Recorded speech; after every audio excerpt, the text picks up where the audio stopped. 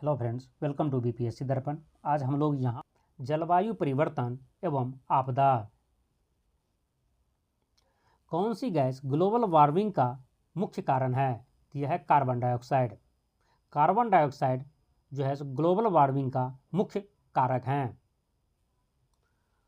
कौन सा protocol green house gas उत्सर्जन को कम करने पर केंद्रित है? तो यह है क्योटो प्रोटोकॉल। क्योटो प्रोटोकॉल जो है ग्रीन हाउस गैस के उत्सर्जन को कम करने के लिए बनाया गया था। यह 1997 में अपनाया गया तथा 2005 से प्रभावी है। जैसे कि आप यहाँ पर दो क्वेश्चन जान चुके हैं। एक है आपका ग्रीन हाउस गैस को उत्सर्जन को कम करने के लिए कौन सा प्रोटोकॉल है, तो याद रखेंगे यह क्योटो प्रोटोकॉल है। जबकि आप दूसरा एक चीज पढ़ चुके हैं, क्योटो प्रोटोकॉल का प्राथमिक उद्देश्य क्या है, तो यह है कार्बन उत्सर्जन को नियंत्रित करना। ये दो काम जैसे कि आप यहाँ पर जस्ट ऊपर देखे होंगे, देखिए आपको दिखाते हैं। क्योटो प्रोटोकॉल का प्राथमिक उद्देश्य क्या है, यह कार्बन उत्सर्जन को नियंत्रित करना, ठीक है। और दूसरा आपका यहाँ पर है, आपको याद रखेंगे यह चीज कि कौन सा प्रोटोकॉल ग्रीन हाउस गैस उत्सर्जन को कम करने पर केंद्रित है, तो यह है क्योटो प्रोटोकॉल। तो याद रखेंगे दोनों में से कोई भी क्वेश्चन आपसे पूछा जाता है, कार्बन उत्सर्जन और ग्रीन हाउस गैस है, ठीक है। तो याद रखेंगे इसमें से मुख्य रूप से क्योटो प्रोटोकॉल आपको टिक करना है। आंख बंद करके आप उसे भी टिक कर देंगे तो 50-50 चांस है और के प्रोटोकॉल है तो आपका यह आंसर सही हो जाएगा। कि मुख्य रूप से यही दोनों ही क्वेश्चन बार बार एग्जाम में दिए जाते हैं। अम्लीय वर्षा के मुख्य प्रदूषक कौन से हैं, तो यह है सल्फर डाइऑक्साइड और नाइट्रस ऑक्साइड। इन्हीं दोनों की वजह से अम्लीय वर्षा होती है। अम्लीय वर्षा के मुख्य कारक ये दोनों हैं।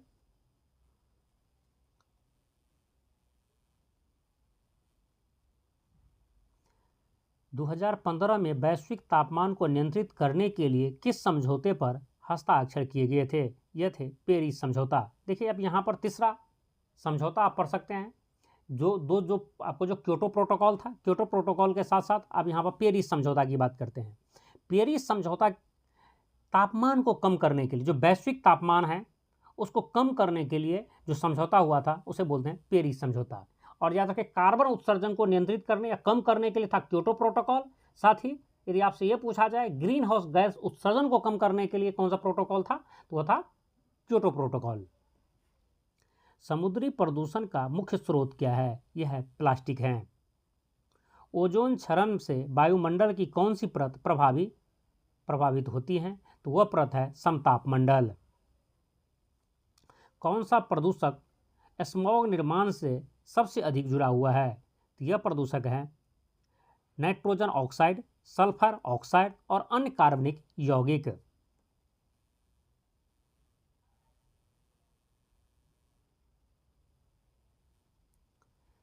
कौन से समझौता का उद्देश्य इस सदी के अंत तक वैश्विक तापमान वृद्धि को 1.5 डिग्री सेल्सियस तक सीमित करना है, तो यह है पेरिस समझौता। जैसे कि मैं आपको बता चुका हूं कि तापमान के कम करने की बात जब भी आ जाए तो यह है पेरिस समझौता। प्रतिवर्ष विश्व ओजोन दिवस मनाया जाता है। यह 16 सितंबर को मनाया जाता है। प्रत्येक वर्ष 16 सितंबर को विश्व ओजोन दिवस मनाया जाता है। कौन सा प्रोटोकॉल ओजोन परत को नष्ट करने वाले पदार्थों को संबोधित करता है, यह मॉन्ट्रियल प्रोटोकॉल है।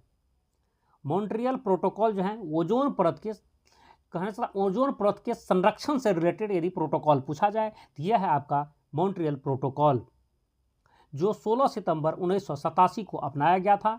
और इसी के बिहाफ पर प्रत्येक वर्ष 16 सितंबर को जो है ओजोन दिवस मनाया जाता है।